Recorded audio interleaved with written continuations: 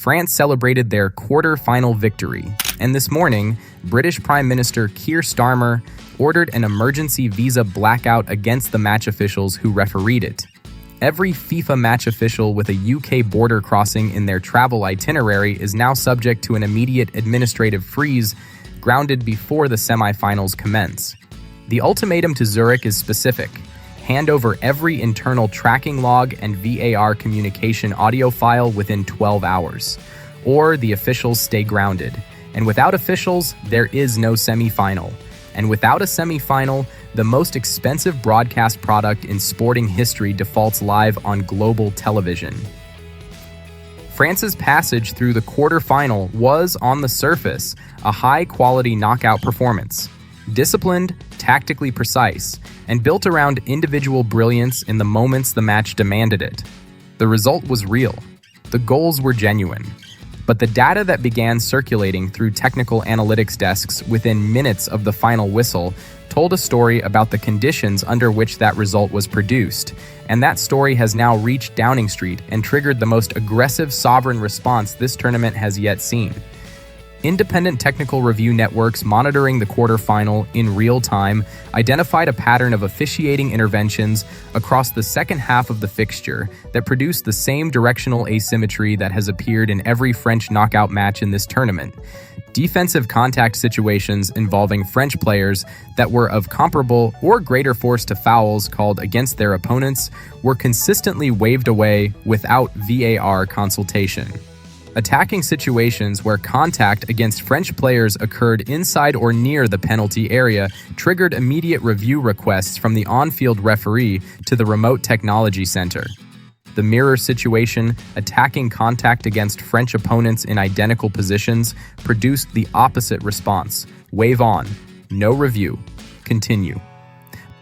By the time the French camp was celebrating in the tunnel, the dossier of flagged incidents had already been compiled and submitted to FIFA's disciplinary board by 3 separate rival delegations.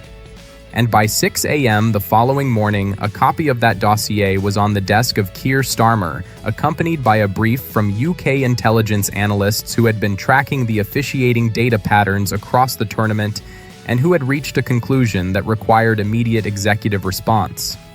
The visa blockade was authorized within the hour. The instrument that Prime Minister Starmer deployed was chosen with the specific knowledge of what FIFA is most operationally vulnerable to at this exact moment in the tournament calendar. Not a diplomatic note, not a formal sporting protest, not even a media statement that FIFA could manage through its standard communications infrastructure. A visa freeze, targeting the specific category of international personnel whose physical presence on U.S. soil is a non-negotiable operational requirement for the semifinals to proceed. Under the emergency immigration enforcement orders issued from Downing Street, UK border security and immigration watchdogs have placed an immediate administrative hold on the travel documentation of all FIFA-accredited match officials whose current or planned transit routes include a UK border crossing. The hold prevents those officials from completing the travel required to position themselves at the semi-final venues within the operational timeline that FIFA's own tournament management framework requires. The freeze is not indefinite, it is conditional, and the condition is specific. FIFA must produce the complete internal tracking logs and VAR communication audio files from the French quarter-final fixture, along with a full chain of authorization documentation for every review initiation decision made during the match within 12 hours of the freeze's activation. The message that Starmer attached to the freeze in his Downing Street address was delivered in the measured, precise language of a government that has legal counsel involved in every word. The United Kingdom will not participate in the operation of a tournament whose integrity documentation it cannot inspect. 11 words, the entirety of FIFA's crisis, and a 12-hour window to resolve it before the semi-final officiating pool is too depleted to function. The visa freeze is built on a regulatory asymmetry argument that UK intelligence analysts have been documenting across the entire tournament, and the pattern they have identified does not require a conspiracy theory to explain. It requires only an honest examination of how FIFA's compliance infrastructure functions differently for different categories of tournament participant. Delegations from nations identified in FIFA's internal commercial valuation models as high-priority bracket assets have operated throughout this tournament in a documentation environment that is, by every measurable standard, more accommodating and more immediately responsive to compliance issues than the environment applied to rival delegations. Technical regulation questions raised by high-priority bracket nations are resolved through informal guidance communications within hours. The same category of question raised by rival delegations is directed to formal compliance review channels that operate on week-long processing timelines. The asymmetry is not dramatic. It does not require dramatic evidence. It requires only the accumulated pattern of hundreds of small administrative decisions, each individually defensible, collectively damning. The officiating asymmetry documented in the French quarter-final sits inside that larger pattern.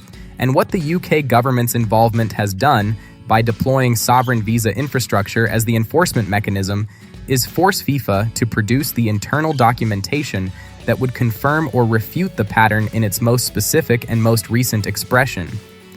Either the VAR logs show that the review activation decisions made during the French quarter-final were consistent with the standards applied across every other knockout fixture, in which case the freeze is lifted, the officials travel, and the semifinals proceed, or they do not. And if they do not, the tournament has a problem that no visa freeze created. It simply exposed it. The financial consequences of a semifinal fixture without a complete FIFA-certified officiating panel are not a future risk scenario. They are a current operational reality that broadcasting executives are already factoring into their contractual exposure calculations, and the numbers those calculations are producing are generating the kind of institutional alarm that makes FIFA's standard crisis management tools entirely inadequate. In this scenario, broadcasters would face significant uncertainty if a World Cup semi-final could not meet the tournament's required operational standards. Media companies that invested heavily in broadcast rights would closely monitor whether the match remained fully compliant with FIFA regulations and contractual obligations. Any disruption to the scheduled fixture could affect advertising commitments, television audiences, and commercial partnerships worth billions of dollars. As kickoff approached, time would become an increasingly critical factor, placing intense pressure on tournament organizers to resolve outstanding operational issues and preserve both the competition's integrity and its commercial value. In this scenario, operational uncertainty surrounding the visa freeze would combine with growing commercial pressure on broadcasters. Debate over officiating decisions would fuel intense discussion among supporters, while organized online boycott campaigns could threaten television audiences during the semi-final broadcasts. The involvement of a national government would further elevate international attention, making the controversy appear more significant to many observers. Together, these developments would increase pressure on tournament organizers, broadcasters, and commercial partners as they attempt to maintain confidence in the competition. Media executives whose advertising inventory is indexed to semifinal audience numbers are watching those projections revised downward in real time, not because the football will be poor, but because the audience has been given a prime minister at a podium as evidence that the football may not be honest. Broadcasting teams are operating against blank officiating assignment sheets because the officials those sheets would normally feature are caught in a visa processing hold that has no confirmed resolution timeline. The commercial product is degrading in real time, and Zurich is the only entity with the authority and the documentation to stop it. As the countdown reaches its final hours, the future of the tournament hangs on one critical question. Will transparency prevail, or will uncertainty deepen the biggest governance crisis football has ever faced? Whatever happens next, the decisions made behind closed doors could reshape how international tournaments are managed for years to come. We'll continue following every official development, statement, and document as they emerge. If you enjoyed this breakdown and want more in-depth analysis of the biggest football stories, don't forget to like this video, share it with fellow football fans, and subscribe to the channel so you never miss an update. Turn on the notification bell to be the first to know when major news breaks. Most importantly, we want to hear your opinion. Do you believe stronger oversight is necessary, or should politics stay completely out of football? Leave your thoughts in the comments below, join the discussion, and we'll see you in the next analysis.